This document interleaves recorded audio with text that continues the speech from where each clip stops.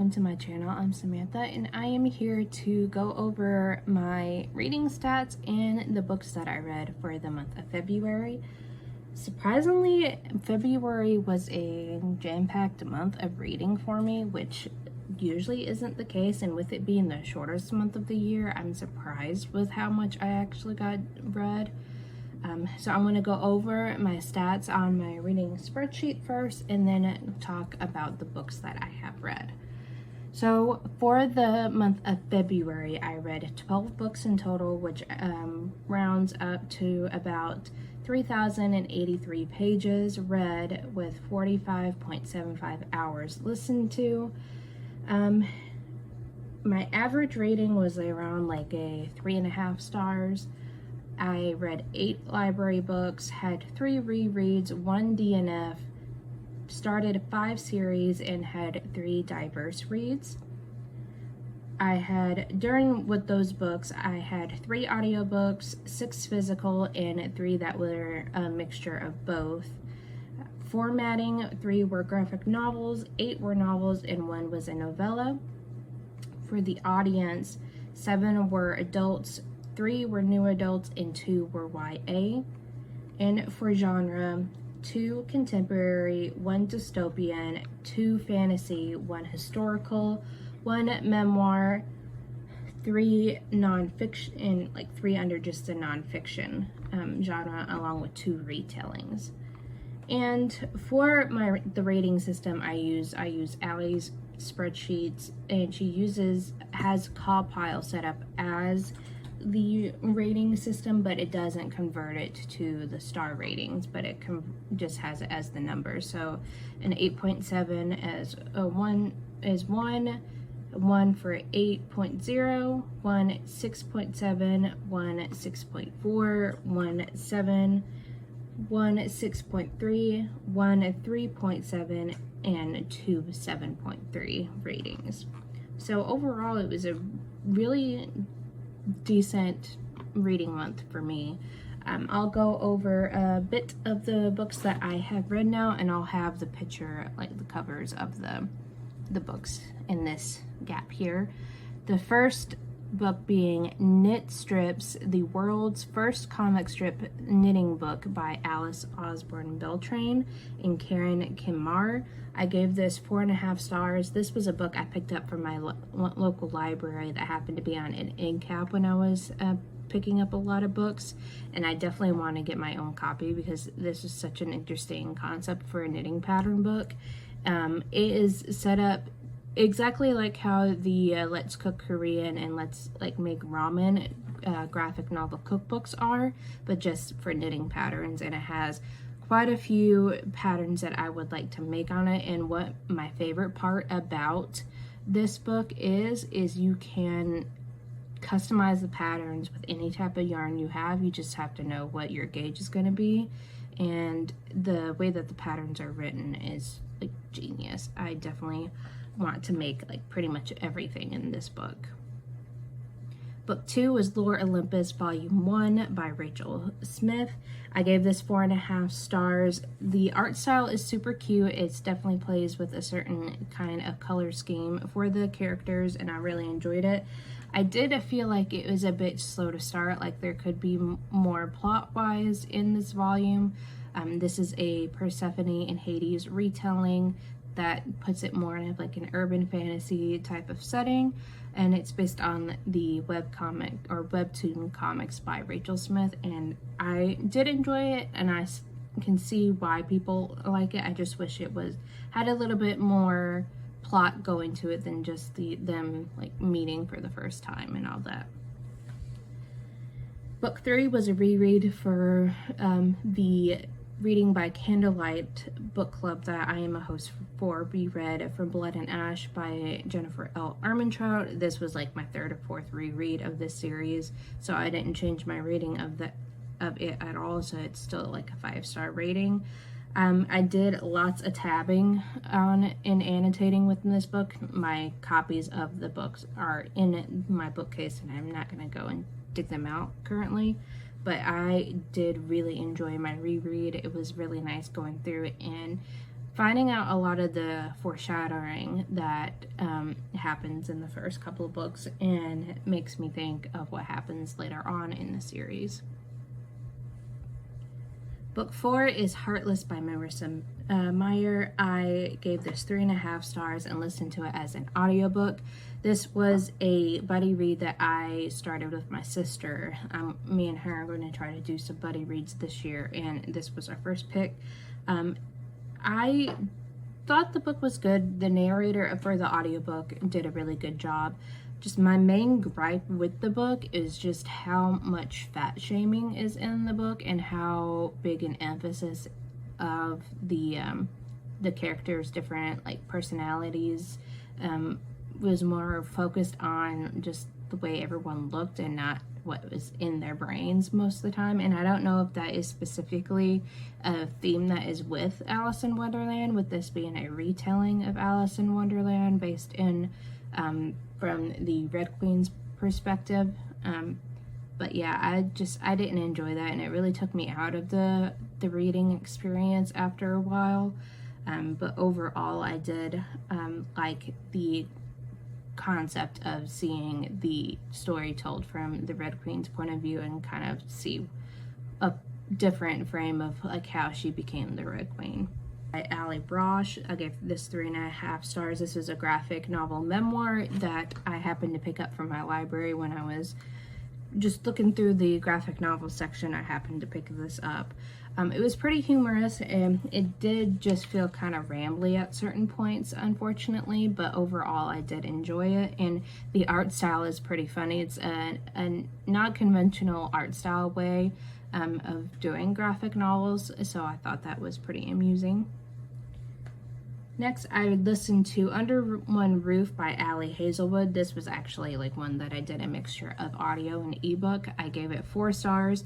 It was a super quick read, with it being a novella based in the in the series that she has written based in the STEM, like women in STEM, and finding romance in that genre. I had listened to it for the Valentitties readathon that my friends Hope with It's Hope's Books, Clint with Reed's Readers, and Morgan over at Morgan's Bookshelves.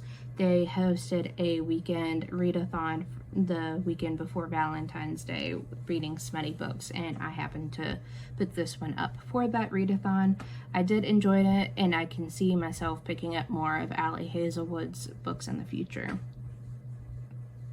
Next, I read Divergent by Veronica Roth. This was an audiobook. I gave 3.5 stars. I finally got around to actually reading it and completing it. It was all right. The ending was decent, and the way that the ending was makes me want to pick up the second one, or give the second one another chance. This is a YA dystopian that is super popular. Back when I was in high school is when it came out. I think it was came out my senior year of high school, or maybe a little bit before that. That follows a girl, Trish, as she takes this test where she has to choose what faction she wants to be in her time with training and all that stuff. I found it just like a standard YA dystopian. I used to be really big into reading dystopian novels when I was in high school, so I think I would have enjoyed it more when it came out. So it just didn't hit the mark for me this time around, since I think I kind of grew out of the dystopian type of genres, but I still did enjoy it. Another reread for me was The Kingdom of Flesh and Fire by Jennifer L. Armentrout. I did the same, as well as annotating my copy of this book, and I really enjoyed that. My one DNF of the month was You Are Psychic by Char Margolis. I gave this up until maybe a little bit more than half the book. This is not a very long book, where it's supposed to be 7 steps to unlocking your psychic self or something like that. I forgot what the subtitle is supposed to be. I didn't write it down, but I just could not get into it. She spent more time telling other people's stories, and then having an antidote to those stories, like linking it to one of her stories, and then going back to the original story within that. And while I was reading it, I never really actually found out what the 7 steps of unlocking your psychic self is supposed to be. If she's mentioned it any time during the amount that I had read, it obviously was like overshadowed by the ramblings of her telling other people's stories and not actually getting into the like nitty-gritty details of how to like open your third eye and really dive into the like practices of possibly becoming more into that like realm of the metaphysical practices and stuff. I wanted more of a standard like self-help like or a nonfiction witchcraft book than reading about her client stories. So I DNF'd it a little more than halfway, and just the amount that I did read, I just gave it 2 stars.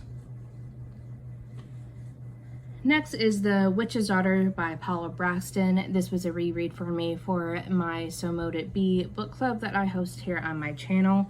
I still really enjoyed the book. I forgot how much I forgotten that happened in this book, because I think it's been almost 10 years since I had first read this book, and this follows a woman named Elizabeth as she starts taking in an apprentice and teaching this young girl Tegan the ways of like hedge witchery and things like that. It's told in kind of part Book of Shadows entries while her flashing back and telling her life story to Tegan as she's teaching her.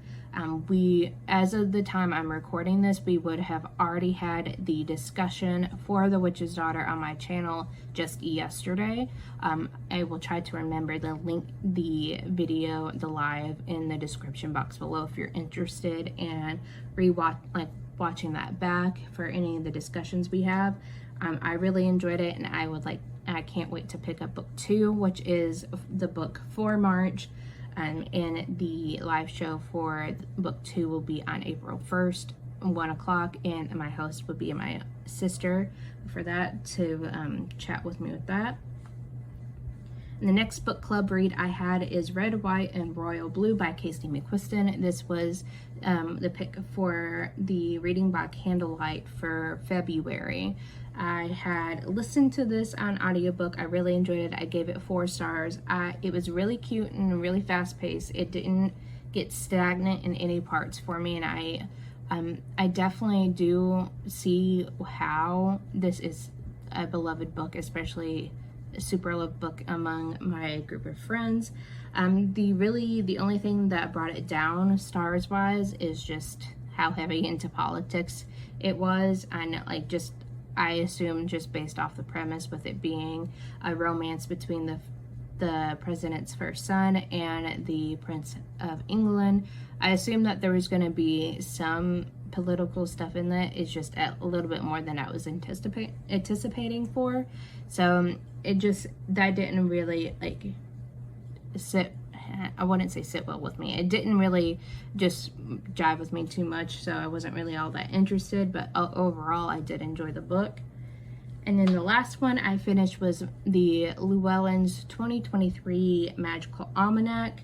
I actually have it right in front of me. I can actually show you. Save myself some editing time, but yeah, I'm still going back and forth in it because it's got different articles based on the elements in witchcraft and things that you can do with it, and then there's the actual almanac in it. As I'm recording this, it's the 5th of March, so that being Sunday, it's a waxing moon phase, 2nd quarter, color yellow, moon sign Leo, moon enters Virgo at 10:38 p.m. and the incense is marigold. That's how the almanac part is set up, and it's got some really pretty illustrations in here as well. The article headers are really nice. Then there's the illustrations like this, and I found this as a really good resource, especially when I'm trying to plan my spell work, and having this along with my moon phase planner really helps out. So I highly recommend definitely just checking out Llewellyn's in general. Pretty much almost all my witchy books that I've been getting are from Llewellyn, so I highly recommend their publications. But yeah, those were the 12 books in my reading stats for the month of February. Definitely a jam-packed month for a very short month. Let me know in the comments below if you read any of these books and what your thoughts are on them, and like this video if you enjoyed it, and subscribe to keep up to date with any videos that I come out with in the future. As of right now, I hit 450 subscribers, so I'm currently running a giveaway on my Twitter, which will be linked down below.